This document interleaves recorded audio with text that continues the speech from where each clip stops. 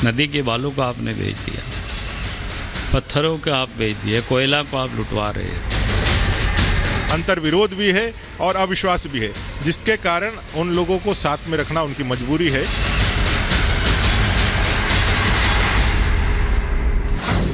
Ranchi to Hyderabad सियासी खींचतान बेहिसाब। चंपाई सोरेन ने ठाना सरकार को बचाना।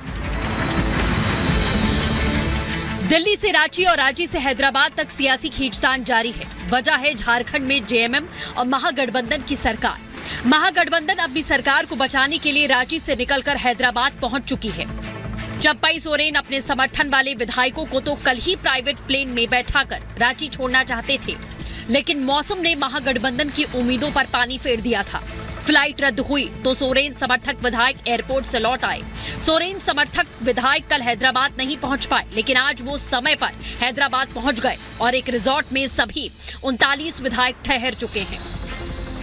सारे विधायक को यहाँ से मूव किया जा रहा है। बेगमपेट एयरपोर्ट से अभी यहाँ से रवाना हुए हैं और करीब 70 रूम जो है वो लियोनिया रिसोर्ट्स में बुक की गई है। कांग्रेस के सारे बड़े नेता जैसे कि एआईसीसी इंचार्ज दीपा दास मुंशी, तेलंगाना के मिनिस्टर पूनम प्रभाकर और बाकी अन्य नेता जो कांग्रेस पार्टी के हैं, वो सारे लोग यहाँ पे आए थे। इनको झारखंड के एमएलए को लेकर अब जो है वो लियोनिया रिसोर्ट्स कहा जा रहा है, वहां जहां ये लोग रहेंगे। अब कब तक रहेंगे और फ्लोर टेस्ट जब होगा उसके बाद हैदराबाद से ये लोग जाएंगे और रांची फिर से वापस। और ये कहा जा रहा है कि सोमवार या मंगलवार के दिन जब फ्लोर टेस्ट होगा उस वक्त ये सारे एमएलएस को फिर रांची लेके जाया जाएगा।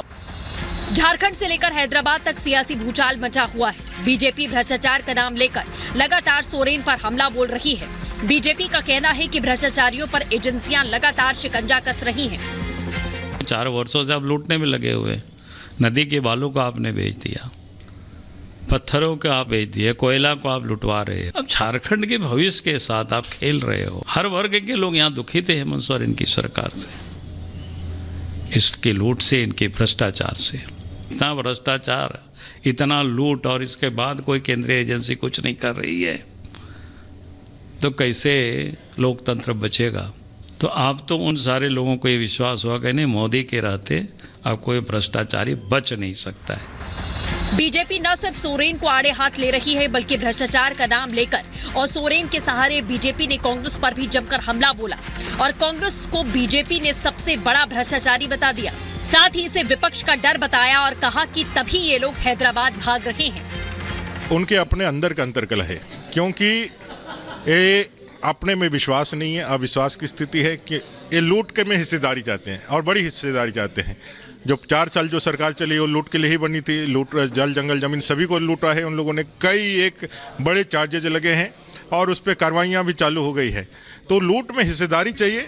और अभी चूँकि अब कम समय बचा है, 1 साल का समय बचा है, तो लोग चाहते हैं कि हम इसमें जो है सबसे बड़ा स्टेक होल्डर बने ताकि ज़्यादा ज़्यादा जो है हम लोग कमा सकें।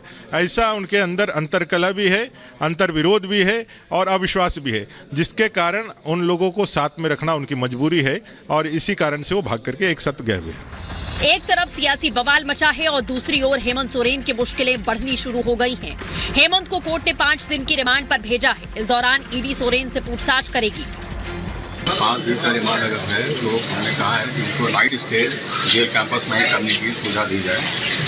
तो दिन भर इंट्रोडक्शन है, उसमें हमारे तो कोई ऑब्जेक्शन नहीं है, बट नाइट स्टे जो है वो जेल कैंपस में हो। झारखंड में सियासी हलचल बनी है। हैदराबाद में ठहरे हुए विधायकों की वापसी की खबर फ्लोर टेस्ट के दिन होगी।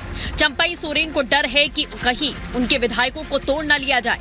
अब देखना होगा कि कैसे जेएमएम और महागठबंधन अपनी सरकार का फ्लोर टेस्ट कराती है। चंपाई सोरेन का दावा है कि उनके पास 43 विधायकों का समर्थन है। Bureau report, Republic Bharat. और इस वक्त रांची से हमारे 2 सहयोगी लोमस और मृदुल हमारे साथ जुड़ चुके हैं। सबसे पहले मृदुल, आप ही का रुख कर लेते हैं। जिस बात का लगातार जिक्र भारतीय जनता पार्टी कर रही थी कि जेएमएम में एकजुटता का अभाव है, क्या अब वो धरातल पर दिखाई देने लगा है? मृदुल।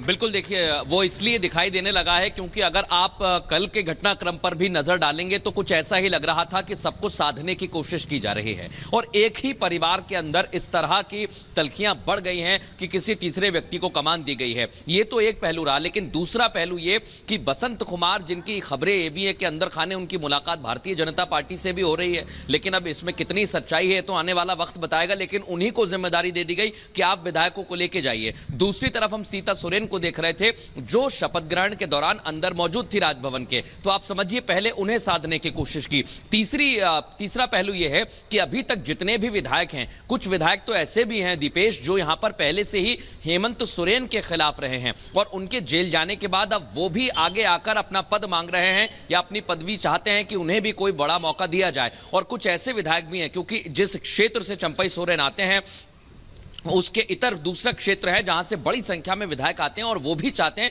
कि उन्हें प्रतिनिधित्व मिले, लेकिन ज्यादा मंत्रिमंडल में सदस्य नहीं हैं, इनके पास संख्या बल सिर्फ 12 रह जाएगी। तो सबसे बड़ा और अहम सवाल यही है कि किसको कहां पर सेट किया जाए, ये सबसे बड़ी परेशानी है। और इसलिए कहा जा रहा है कि अगर एक भी चूक होती है, एक भी गलती होती है तो इसका खामियाजा भुगतना पड़ेगा। लेकिन हां, इतना जरूर कहा जा सकता है कि समय बहुत कम बचा है, कैबिनेट का विस्तार भी होना है, उस पर भी निगाहें टिकी हुई हैं, लेकिन वो अब कब तक होगा, 2 से 3 दिन का वक्त लग सकता है उसमें भी। इसी से समझा जा सकता है कि अभी साधने की कोशिश फ्लोर की जा टेस्ट रही में कहीं ना कहीं नंबर गेम जो है वो साबित करना पड़ेगा लोमस। लेकिन अभी जो बयान आ रहा है लोबिन हेब्रिन का, वो ये कह रहे हैं कि पार्टी आदिवासियों की रही ही नहीं और यहां तक ऐलान कर रहे हैं कि वो अपनी विधायकी का पद त्यागना चाहते हैं, पार्टी को छोड़ना चाहते हैं। क्या ऐसे और भी विधायक हैं जो सामने आएंगे और पार्टी टूट की कगार तक पहुंच जाएगी?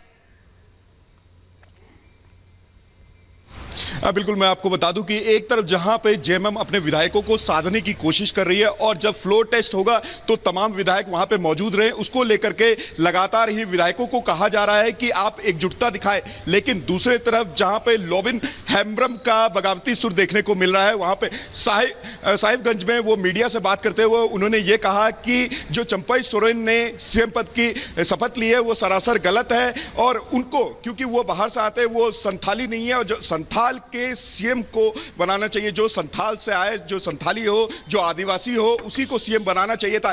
गुरुजी को भी चंपई सोरेन पसंद नहीं थी, लेकिन यहां पर उनको किस तरीके से बनाया गया, सीएम पद की उपाधि दी गई, तो वो सरासर गलत है। ये पूरी तरीके से आप देख सकते हैं कि जब फ्लोर टेस्ट होने वाला उससे पहले ये जो सीनियर नेता है जेएमएम के लोबिन हेम्ब्रम, उनकी बगावती सुर पूरी तरीके से देखी जा रही है। उनका कहना है कि अब वो पूरी तरीके से बगावत पे आ गए। बिल्कुल, बगावत पर आ गए हैं और अब ये बगावत आखिर किस तरह का रंग जो है वो झारखंड में दिखाती है, देखने वाली बात होगी। बहुत बहुत शुक्रिया आप दोनों का हमारे साथ चर्चा में जुड़ने के लिए।